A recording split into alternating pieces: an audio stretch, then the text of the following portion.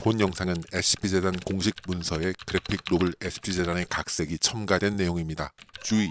이 영상은 SCP-963의 내용이 포함되어 있습니다. 시청에 앞서 주변에 잭 브라이트 박사로 의심되는 인물이 없는지 확인해 주시기 바랍니다.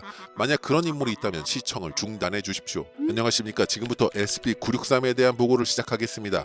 SCP-963 불멸 등급 유클리드. SCP-963은 하나의 개체가 아닙니다. 정확히 말하면 963-1이라는 하나의 물체가 있고 그 펜던트에 영향을 받는 개체들이 있죠. 그럼 963-1이 가지는 변칙성이 무엇인지, 그리고 영향받은 개체들은 어떤 상태인지 보고드리겠습니다.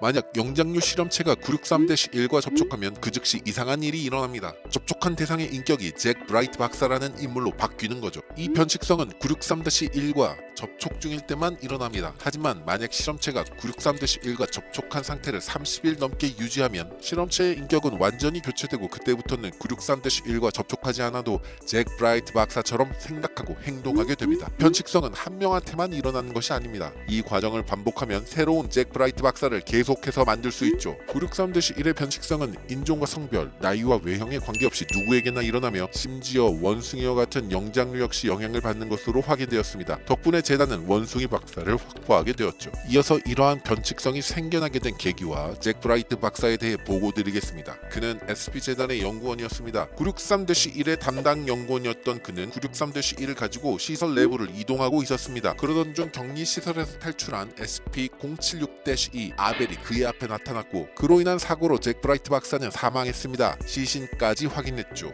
이후 076-2의 탈주 사태가 수습되고 재단은 시설 청소를 위해 인원들을 투입했는데요. 이때 한 인원이 잭이 떨어뜨렸던 펜던트, 즉 963-1을 집어들었고 그 순간 그는 자신이 죽은 잭이라고 주장했습니다. 마치 펜던트 때문에 인격이 교체된 것처럼 말이죠. 이후 재단은 펜던트를 963-1이라고 부르기로 했고 되살아난 잭을 SCP-963의 일부로 지정해 재단의 연구원으로 일하게 하고 있습니다. 잭 브라이트 박사는 재단에 상당한 성과를 남긴 연구원이었기 때문입니다. 하지만 문제가 하나 있었습니다. 그의 인격이 애초부터 뒤틀려 있었다는 거죠. 그는 재단에서 이미 괴짜로 유명했거든요. 그의 연구 중엔 위험하고 허무맹랑한 것들이 많았습니다. 심지어 동료 연구원들을 실험에 참가시켜 위험에 빠뜨리기도 했습니다. 똑똑했지만 친해지기엔 너무 위험한 인물인 것이죠. 만약 그가 어떤 제안이나 부탁을 한다면 그게 그럴듯하게 여겨질지라도 일단 거절하고 자리를 피하십시오. 그가 재단의 허가를 받았다고 해도 믿지 마십시오. 재단은 그에게 어떠한 허가도 내리지 않습니다. 그가 얼마나 괴짜인지 알려주는 사례가 또 있습니다. 바로 SCP-590과 관련된 일입니다. 590은 타인의 질병을 자신에게 옮길 수 있는 인간형 개체로 잭 브라이트 박사의 친동생입니다. 평범한 10대처럼 보였던 590은 현재 유아 수준의 정신연령을 가지고 있습니다. 재단의 실험으로 인해 정신연령이 원래보다 훨씬 낮아지고 만 것이죠. 그 실험을 진행한 장본인이 바로 잭 브라이트 박사였습니다. 지적장애 환자들을 치료하면서 590에게 장애를 옮긴 것입니다. 이 사건 이후 재단은 590을 이용한 실험을 전면 중지했습니다. 그리고 잭 브라이트 박사에게 일정 수준의 징계 처분을 내렸죠. 그가 얼마나 위험한 괴짜인지 아시겠습니까? 대체 잭은 왜 자신의 동생을 그렇게 잔인하게 대한 것일까? 이 영상을 잭 브라이트 박사가 시청해서는 안 됩니다. 이 점 유의하시기 바랍니다.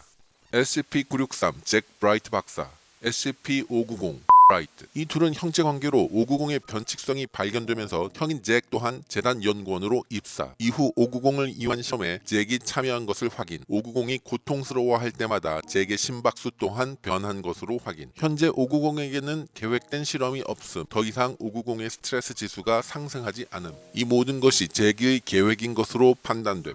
동생의 고통을 줄이기 위해 동생에게 실험을 진행했던 것으로 추측됨. 현재 590은 본인의 정신연령과 963-1의 변칙성으로 인해 그를 알아보지 못함. 잭은 590과 자주 면담을 진행하지만 접촉 없이 조용히 관찰만 하다가 면담을 종료함. 이상 SCP-963에 대한 보고를 마칩니다. 그럼